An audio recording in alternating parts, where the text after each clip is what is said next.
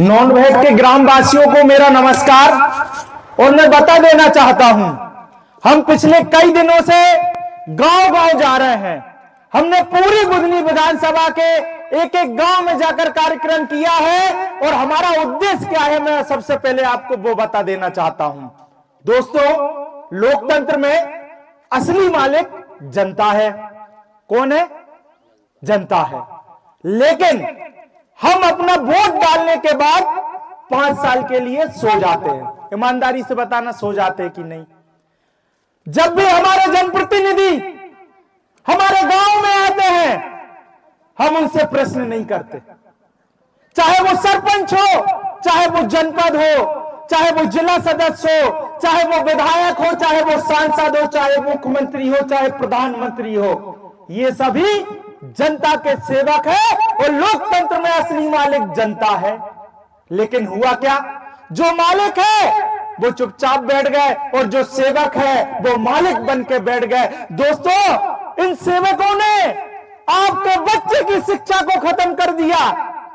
ये नेता चाहते ही नहीं कि हमारा किसान का बेटा पढ़ लिखे, हमारा मजदूर का बेटा पढ़ लिख के वो कलेक्टर बने, इंजीनियर बने, डॉक्टर बने।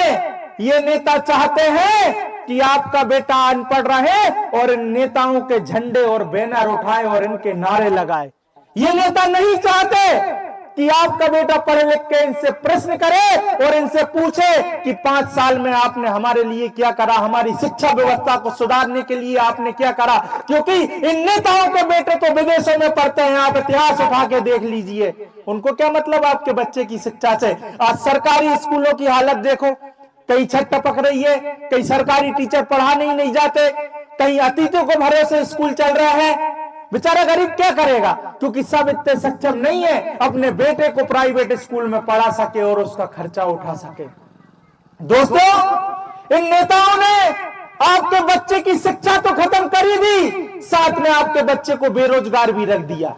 इन नेताओं ने आपके बच्चे के रोजगार के लिए कोई व्यवस्था नहीं करी, क्योंकि इनके बच्चे तो सब सेठ है, इन्हें गरीब और किसान के बच्चे से कोई मतलब नहीं है। क्षेत्र में बड़ी बड़ी कंपनियां लगी हुई है, उसके बाद भी आज हमारे गांवों में बेरोजगार युवाओं की संख्या बढ़ रही है।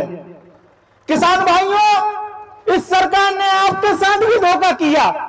जब चुनाव चलते हैं, चाहे वो कांग्रेस हो चाहे भाजपा हो, कांग्रेस की जब सरकार बनी तो राहुल गांधी जी ने कहा था कि 10 दिन में किसानों का कर्जा माफ करूंगा।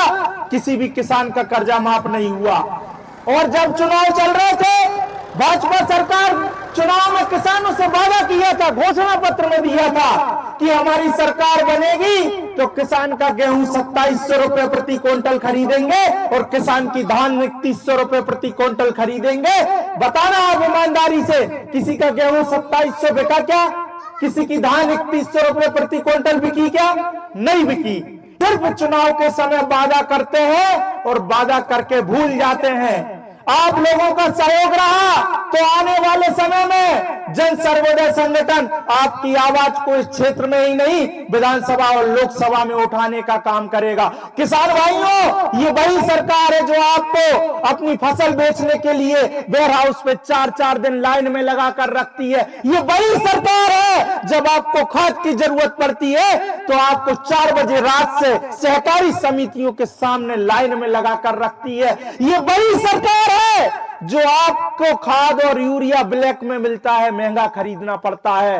किसान भाइयों, ये वही सरकार है जो आपको बैंक में 4-4 दिन लाइन में लगा के रखती है अपना पैसा निकालने के लिए।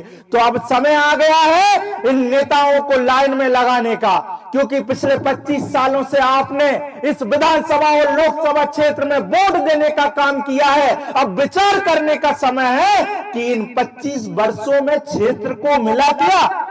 आज कोई बीमार हो जाए, कोई इमरजेंसी हो जाए तो हमें होशंगाबाद, इंदौर और भोपाल भागना पड़ता है।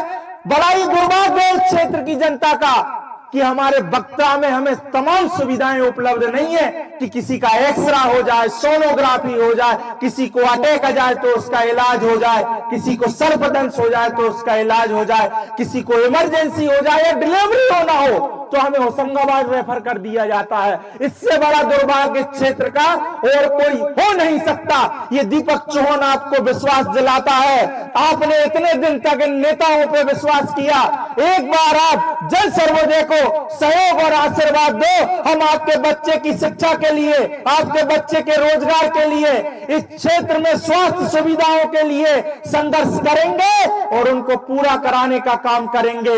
दोस्तों, बड़ा ही दुर्भाग्य है इस क्षेत्र का। हमारे क्षेत्र के बड़े बड़े नेता मंचों से शराब के लिए शपथ दिलवाते हैं लोगों से कि शराब छोड़ दो, लेकिन बड़ा ही दुर्भाग्य है कि आज हमारे क्षेत्र में गांव-गांव में शराब मिल रही है। न जाने इस शराब की वजह से कितने युवाओं के लीवर किडनी फेल हो गए, न जाने कितनी माताओं की गोदें सूनी हो गई, न जाने कितने युवाओं ने सड़क दुर्घटनाओं में दम तोड़ दिया इस शराब की वजह से। लेकिन फिर भी आज हमारे क्षेत्र में ये शराब बिक रही है, बड़ी ही शर्म की बात है। तो आप जन सर्वोदय का सहयोग करिए। हम आपके विकास के लिए, आपके बच्चे की शिक्षा के लिए, किसान के अनाज के दाम के लिए, बीमा के लिए संघर्ष करेंगे। इसी के साथ मैं अपनी वाणी को विराम देता हूं। जय हिंद, जय भारत। और जो लोग हमसे जुड़ना चाहते हैं वो अपना नंबर हमें दें, हमारी फेसबुक आईडी को फॉलो करें और हमारा सहयोग करें। आज नहीं तो कल हम इस क्षेत्र की स्थिति को बदलेंगे, शिक्षा और स्वास्थ्य में एक नई क्रांति लाएंगे। जय हिंद, जय भारत।